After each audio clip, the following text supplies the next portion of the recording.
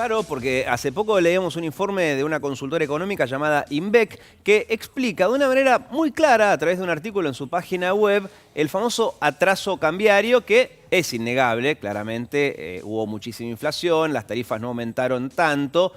Lo que está en discusión ahora es ¿y cómo lo solucionamos, no? Y ahí es donde chocan los modelos de progresismo, es decir, hacerlo de a poquito, paulatinamente, hacerlo en shock, o quizás no corregir ese atraso cambiario. Eso es lo que se está discutiendo y se va a discutir esta tarde en el Congreso, en el Senado de la Nación. Pero para tener detalles acerca de ese estudio de la consultora INVEC, hemos invitado a uno de los consultores que está aquí con nosotros, se llama Matías Zurt. Gracias por estar con nosotros. Gracias por la invitación. Te decía, recién viendo el artículo, me gustó primero porque lo entendí.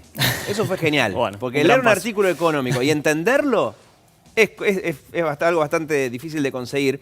Me anoté algunas cifras. Dice que en 15 años la inflación fue del 1.300%, redondeando números, algo que también agradecemos los que no estamos dentro del rubro. 1.300% de inflación, pero las tarifas en Capital Federal subieron el 15%. Exacto. Es decir que el desfasaje es innegable. La cuestión es, ¿y cómo lo corregimos?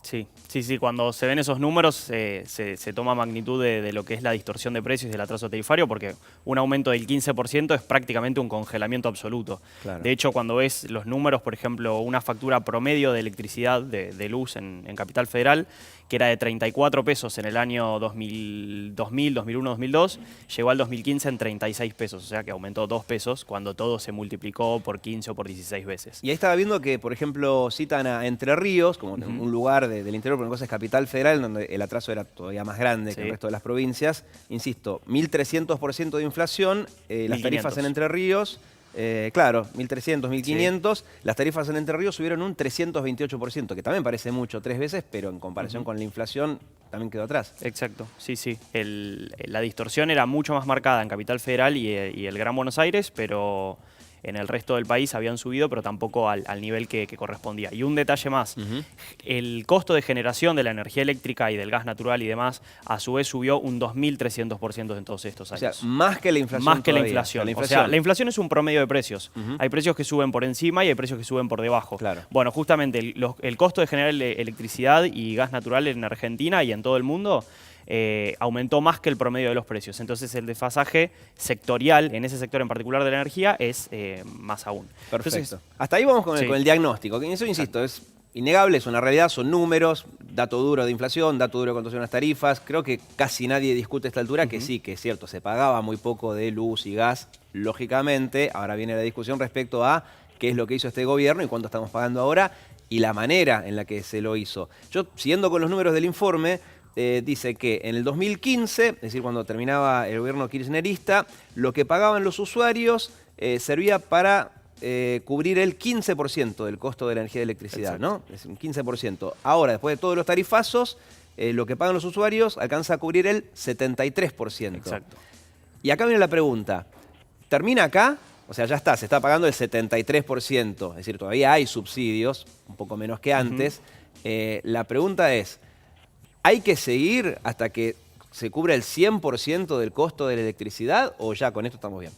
Bueno, desde el punto de vista, ahí tenés un problema económico y un problema político, digamos. Ahí va a ser una decisión de política económica. Yo creo que lo que el gobierno va a ir a buscar es llegar al 100% del costo, excepto en los segmentos en los que se aplica la tarifa social. Es decir, la tarifa social justamente es un esquema de subsidio focalizado en los segmentos de menores ingresos, que es algo que no existía, por ejemplo, en la década del 90. Es decir, si quisiéramos esquematizar más o menos cómo funciona el sistema energético, podemos decir que en los años 90 se llevó a cabo una política de mucha eficiencia, es decir, que la demanda pague a la oferta el precio que correspondía para que haya generación. Llegamos a ser un gran exportador de energía durante los 90 hasta el 2006.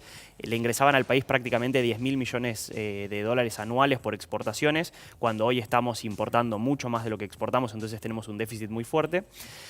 En la década del 2000 se llevó, con todas estas distorsiones, el mercado fue completamente ineficiente, lo que pagaba la demanda no cubría los costos, cayó la inversión, cayó la producción, cayó la exportación. Y este gobierno yo creo que lo que está buscando es devolverle eficiencia al mercado, pero con un componente redistributivo que antes no existía. Es decir, como el kirchnerismo subsidiaba a todos los segmentos, no había un componente redistributivo. De hecho, cuando se analiza, se subsidiaba mucho más a los deciles 8, 9 y 10, que son a los 3 de más grandes, de mayores ingresos, que al 1, 2 y 3, que son los 3 grupos de menores ingresos. Entonces, creo que la idea general es aquellas personas que puedan hacer frente al costo total, llevarlo a que paguen el 100% del costo, como eran los años 90, pero con un agregado que antes no existía, que es la protección bastante fuerte, bastante importante de los grupos más desfavorecidos. Pasa que en la época del kirchnerismo, es cierto, por ahí los subsidios no iban quizás más a los sectores más desprotegidos que a los otros, pero porque igualmente se pagaba muy poco en general. Sí, pagaba exacto. poco el rico, pero pagaba muy poco el pobre también. Sí, No sí. hacía falta una tarifa social en ese sentido. Exacto. Y realmente hace falta, creen ustedes, haciendo un análisis técnico, volver a cubrir el 100% de la tarifa con lo que aportan los usuarios. Es decir, así pasaba en la década del 90. Perfecto. Y en otros periodos también. Y en otros periodos también. Sí. Pero, teniendo en cuenta el contexto, ¿hace falta eso? Es decir, ¿los subsidios tienen que quedar reducidos a cero o se puede llegar a un equilibrio de otro tipo? Ahí ¿Pueden llegar a funcionar las empresas recibiendo subsidios no como los del kirchnerismo, pero...? Sí, totalmente. O sea, a la empresa mientras se le pague el costo total de generación, digamos, no le importa mucho de dónde viene, si viene del usuario o si viene Sí, en del realidad es más Estado. una pregunta para el gobierno, ¿no? Si está Claro. dispuesto a Ahora, pagar el subsidios. problema con respecto a mantener los subsidios, ahí ya te metes en un problema macroeconómico que es el déficit fiscal.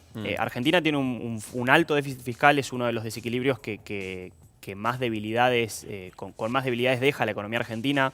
De hecho, hemos tenido las turbulencias cambiarias de hace una semana. Sí. En parte está explicado por eso. Entonces, ahí la respuesta del gobierno va a ser, si deciden no avanzar hasta llegar a un 100%, es decir, mantener un buen nivel de subsidios, digamos, no sé, de 4.000 millones de dólares, que podría ser lo que quede, es dónde van a seguir haciendo los ahorros para terminar de eliminar ese déficit fiscal. Claro. Porque lo que hizo el gobierno hasta ahora prácticamente es concentrar todas sus fuerzas en eliminar el déficit fiscal a través de las tarifas para no tocar otros gastos un poco más sensibles. O sea, cuando uno ve en qué creció el Estado, a dónde fue la plata del aumento del gasto en estos últimos 15 años, hay como 3 grandes grupos. Tenés un grupo que es de 5 puntos del PBI, que son subsidios económicos, que es lo que hoy se está atacando con esto. 5 puntos de protección social, jubilaciones y asignaciones familiares, básicamente. Y 5 puntos de empleo público. Muy concentrado en provincias y municipios, pero también en la nación. Entonces, no hay muchas salidas cuando uno lo analiza así. Yo tengo 3 grupos de 5 puntos en los que creció el gasto. ¿Dónde recorto? Tengo jubilaciones y protección social. Donde cortes va a doler. Eso Claro, queda entonces claro. es un problema de equilibrio político también, además de económico. Y volviendo a las tarifas, Sí. haciendo el estudio, ¿no? de INVEC, de la consultora, ¿pudieron comparar cuánto gastamos hoy o cuánto se pagan las tarifas de gas y electricidad, sobre todo en la Argentina, comparado con otros lugares de la región? Sí, todavía estamos más baratos que otros países de la región, particularmente con Uruguay y con Chile. Y ahí también Con todos estos aumentos. Sí, con todos seguimos estos aumentos. pagando menos que en Chile Sí, y en sí. Uruguay. Porque esos países no han tenido en todos estos años, siempre se respetaron básicamente como el libre mercado para este tipo de servicios.